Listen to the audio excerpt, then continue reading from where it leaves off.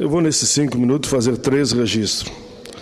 Primeiro, cumprimentar o senador Gin Argelo.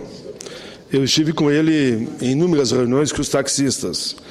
E ele conseguiu inserir no texto da medida provisória 615 de 2013 o direito à exploração do serviço de táxi, que pode ser transferido, assim, por herança aos familiares do titular durante o período de validade da concessão, o que é muito positivo, é um pleito antigo dos taxistas. Esse tema já havia sido colocado em outras 2 medidas provisórias. Infelizmente, foi considerado vício de iniciativa, porque foi dito que o veto seria motivado porque essa decisão teria que ser do município. Pois bem, o senador Gin Argelo insistiu, ele mesmo relatou, que embora a matéria foi vetada 2 vezes, em 2012, quando foi tratada na Lei 12.468 e também na 610. O argumento é de que o Congresso não teria competência para legislar sobre o tema de responsabilidade do município.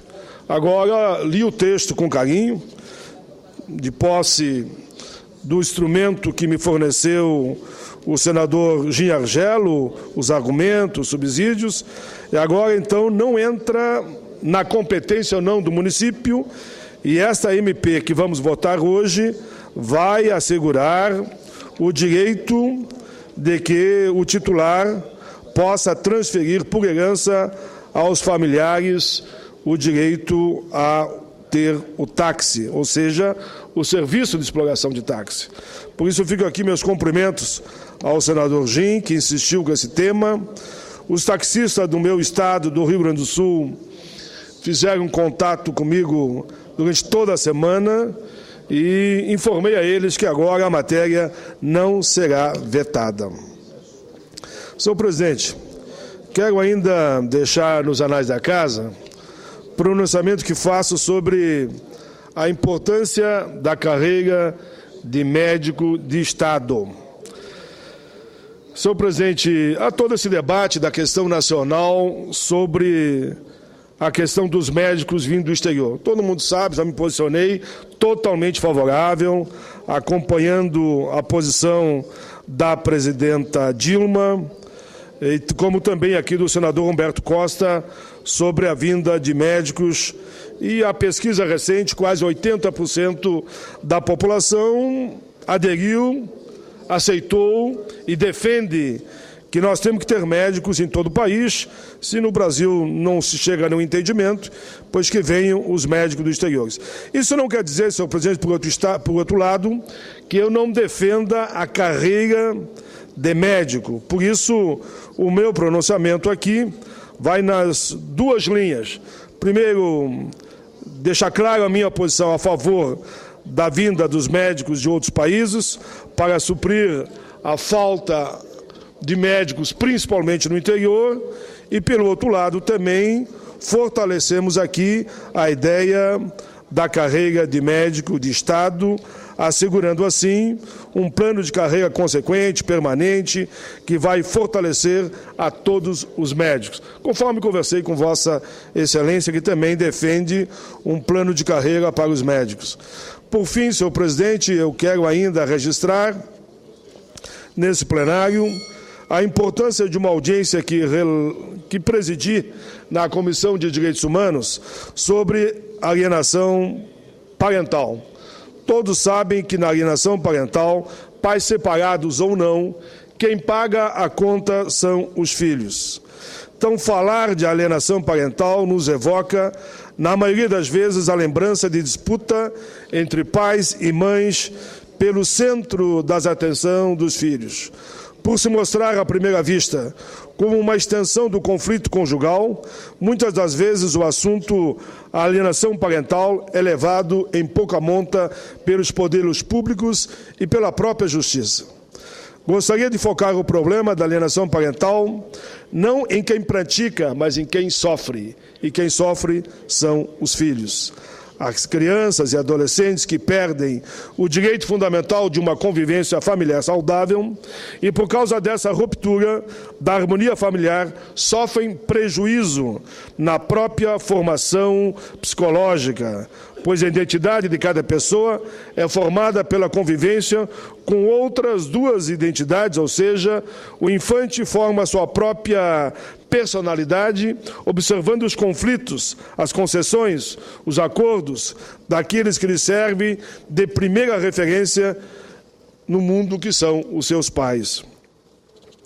Quando um desses modelos está ausente, porque foi impedido de conviver, de ensinar, de dar amor e dar limite ao filho, esse filho inevitavelmente crescerá incompleto, pois que não lhe é permitida a construção da sua identidade como de direito. Não é que eu acho que separar é proibido, não. É legítima a separação. O que eu estou aqui, e esse documento mostra, o que não pode aos pais que acabaram rompendo o seu compromisso de casamento, usar o filho como instrumento de vingança ou de pressão de um sobre o outro. Por isso, a alienação parental, conforme os especialistas que participaram dessa audiência pública, deixa muito claro que ela pode acontecer tanto no casamento formal, o casal que está ainda convivendo junto, como também em casais separados. Enfim, nós temos que lembrar sempre que são seres humanos que irão se tornar adultos com a mesma falha de manter relacionamentos saudáveis, com a mesma dificuldade de superar críticas e desafios, adultos com transtorno de identidade, enfim, serão adultos que não poderão acrescentar tudo que poderiam às suas vidas e à sociedade devido à alienação parental. É interessante que temos no Brasil toda uma campanha de conscientização e incentivo ao registro civil para que nenhuma pessoa fique sem pai naquele documento tão importante para o exercício da cidadania.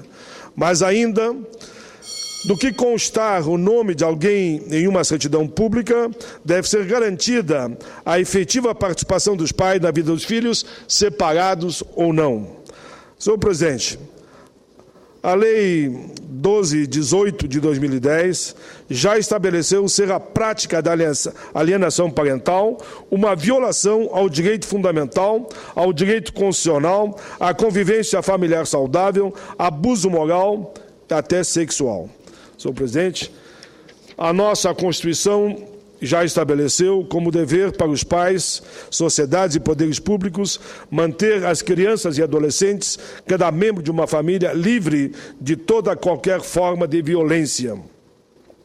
E aí eu termino, senhor presidente, e não existe violência maior do que a violência psicológica, pois imaginem os senhores como não se assemelha a uma tortura psicológica, uma criança ter vontade de passar tempo com o pai ou com a mãe, de manifestar carinho com a mãe, mas sentir-se impedido a isso por medo de ofender ou desagradar um ou outro, ou seja, o seu genitor.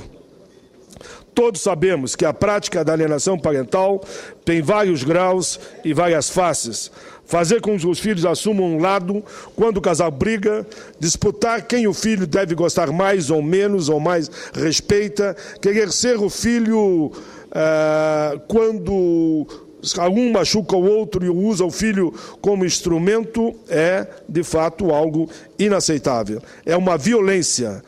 Senhor presidente, por isso tudo, e aqui eu vou terminar, eu recebi um livro com o título de um especialista nesse tema, que diz: pai, só quero te ver, venha me ver.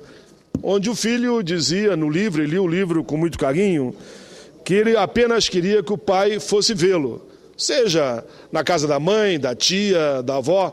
Pai, volta para casa. Mas quando fala volta para casa, não é que o filho está dizendo que ele tem que voltar a casar com a mesma mulher. Ele quer que ele vá visitá-lo na casa. E vice-versa, quando é a mãe que sai de casa, enfim, e o filho fica vivendo com o pai.